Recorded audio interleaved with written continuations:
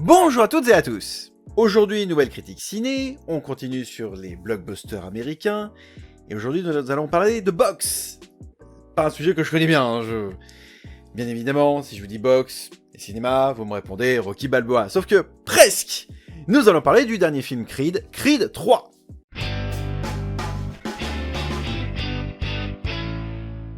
Alors, comme d'habitude, vidéo sans spoiler, enfin, on va y revenir, et avec le chapitrage. Passons directement à la partie histoire. Je disais en intro sans spoiler. Oui. Le problème, c'est que essayer de parler de l'histoire du film sans spoiler, ça risque d'être compliqué. Du coup, je vais prendre le parti pris de parler du film, mais sur les quelques premières minutes du film. Donc je vais là aussi faire un résumé d'un résumé. J'ai peur de trop en dire, et on va en parler dans la partie suivante, mais concrètement, vous allez comprendre. Bref, le film, donc Creed 3, se passe 3 ans après Creed 2, et Adonis Creed, donc, héros principal de cette saga, continue de faire sa vie, il a raccroché les gants, il a sa propre structure de boxe, je crois même qu'il est promoteur, de ce que j'ai compris. Il a du coup un poulain dont il gère en partie la carrière, donc. Et un beau jour, il s'avère que son passé, donc, le rattrape. Voilà, je vais m'arrêter ici pour les explications. Je reste très en surface, bien évidemment, mais en même temps, j'ai peur de trop en dire. Donc, on va passer au point suivant. Vous allez comprendre pourquoi je suis resté très en surface au niveau de l'histoire. Je dois admettre, je suis un petit peu face à un cas d'école. Non pas que le film soit foncièrement mauvais, mais il n'est pas non plus excellent, faut pas non plus plaisanter là-dessus. Je dirais qu'il est bon. Alors, je suis resté un peu en surface au niveau de l'histoire, pour la bonne et simple raison que j'ai la curieuse sensation d'avoir déjà vu cette histoire dans une série télé américaine ou potentiellement dans un autre film américain. Je suis persuadé d'avoir déjà vu cette histoire, une impression de déjà vu. Vous allez me dire, ça existe dans le cinéma américain, si on prend le Monomythe, par exemple, de Joseph Campbell, oui, clairement, prenez Harry Potter, Seigneur des Anneaux, Star Wars, c'est quasiment peu ou prou la même histoire, à quelques différences près, bien sûr. Mais non, on n'est pas sur du Monomythe, on est vraiment sur une histoire. J'ai déjà l'impression d'avoir vu cette histoire dans d'autres films, dans d'autres séries, peut-être des séries animées, qui sait, mais je suis persuadé d'avoir déjà vu cette histoire. Paradoxalement, le film ne comporte pas Sylvester Stallone, il n'est pas présent au sein du film, pourtant la saga Creed étant le spin-off ou la suite, plus ou moins, de la saga Rocky Balboa. Donc Stallone n'est pas présent. Alors j'ai cru comprendre qu'il y avait eu de l'eau dans le gaz entre Stallone et le producteur du film, alors je crois que c'est Irving Winkler, je crois. Bref, il y a eu apparemment de l'eau dans le gaz entre le producteur et Stallone. Stallone a préféré partir directement. Donc, rassurez-vous, le personnage de Stallone n'est pas mort. Parce qu'on pourrait se dire, tiens, il y a des dissensions entre l'acteur principal et... Enfin, acteur historique, on va dire, et le producteur. S'il y a des dissensions, on pourrait se dire qu'on tue le personnage et puis hop, basta. Non, rassurez-vous, Stallone n'est pas mort, il n'est pas présent dans le film. Il est à peine mentionné pour un contexte, pas de plus.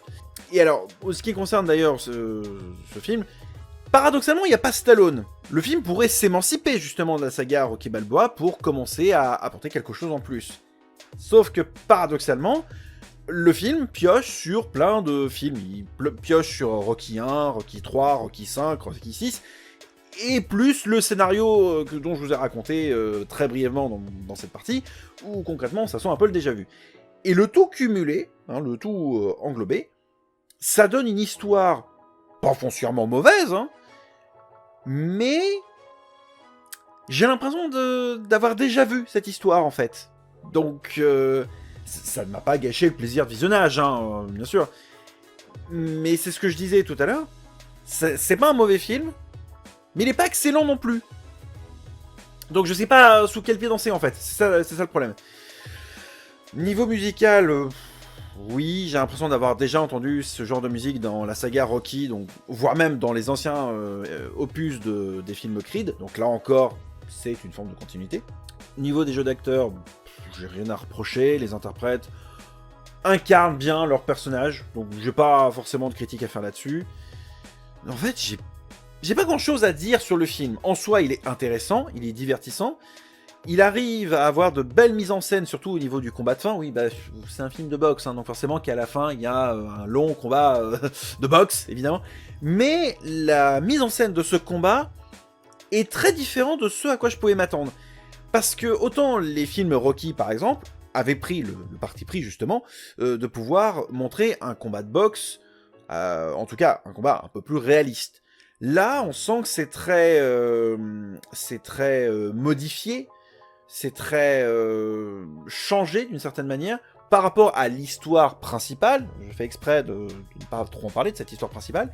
Et on sent que ce combat est plus symbolique pour les personnages du combat, justement.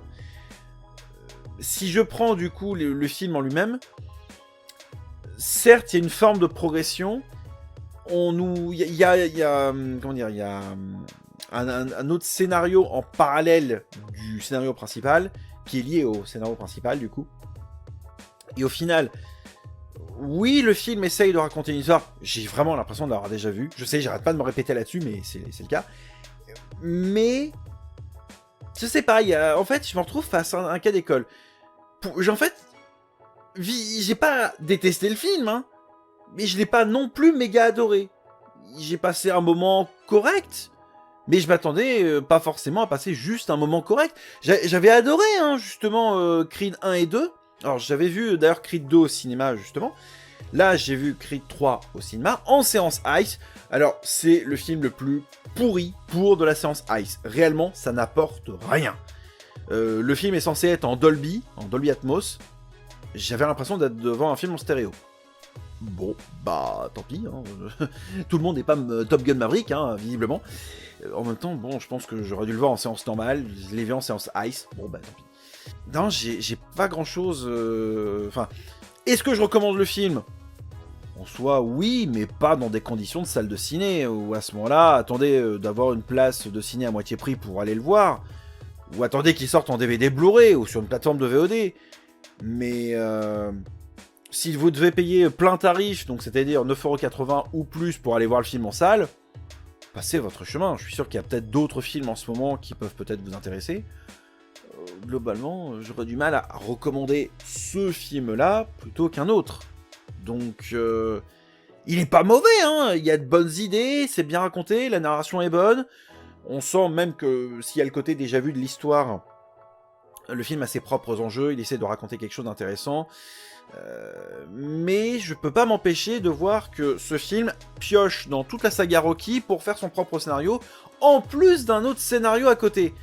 Comme si du coup il y avait le côté historique de la saga Rocky Balboa et le côté du scénario, donc et ça mélange les deux. Donc bah pas mauvais, mais en fait j'aurais tendance à recommander le film uniquement aux méga gros fans mordus de la licence Rocky Balboa, ou paradoxalement aux fans de Michael B. Jordan, si tant est qu'il y en ait des fans de Michael B. Jordan. Moi, personnellement, c'est pas forcément mon acteur préféré. Mais bon, il faut tout pour faire un monde, et il est possible qu'il y ait des gens qui soient méga fans de Michael B. Jordan. À part ça,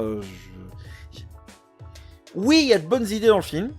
Encore une fois, le combat de fin, et il y a de bonnes idées, je trouve, dans le combat de fin. Je le trouve même très symbolique dans ce qu'il montre, dans ce qu'il propose. Et même graphiquement, il y a de bonnes idées aussi, je trouve. Ah si, ça y est, je viens de me rappeler. Dans le film, il y a un commentateur de boxe. Ce commentateur de boxe parlera certainement aux fans de catch, parce qu'il s'agit ni plus ni moins de Todd Grisham. Alors il a pris un méchant coup de vieux, Todd Grisham, quand même, apparemment. Oui, et vocalement, on a les voix de Christophe Ajus. Alors apparemment, Philippe Chioro est censé être présent vocalement dedans. Je l'ai entendu nulle part, ou à ce moment-là, je l'ai pas reconnu. Mais par contre, Christophe Ajus est facilement reconnaissable. Oui, on a Christophe Ajus, donc un commentateur catch, qui du coup fait la voix, ou prête sa voix du coup, justement à Todd Grisham, justement.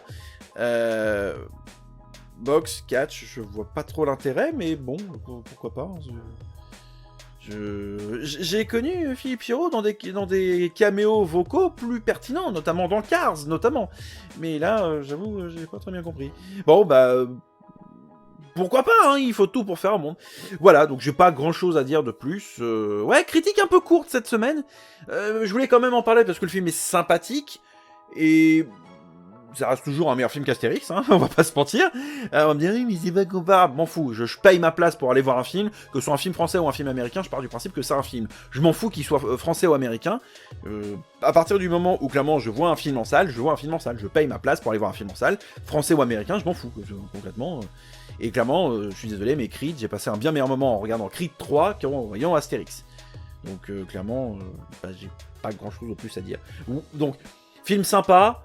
Oui, c'est une petite recommandation. Si clairement vous avez une place de ciné à moitié prix, par exemple, ok, allez le voir, ça peut être sympa, ça peut être un bon divertissement. Mais je ne recommande pas d'aller le voir plein tarif. À ce moment-là, il faut vraiment être mordu de Rocky Balboa ou vraiment avoir rien d'autre à faire de sa vie pour aller voir le film. Il est pas mauvais, hein, mais c'est pas ma première recommandation, quoi. Donc voilà, si clairement il vous intéresse par curiosité, oui, allez le voir, mais il est pas transcendant non plus. Donc voilà. Voilà, c'est la fin de cette vidéo. Merci à toutes et à tous de l'avoir suivi. Comme d'habitude, pouce, partage, commentaire. On se retrouve la semaine prochaine pour une nouvelle vidéo. D'ici là, portez-vous bien. Salut!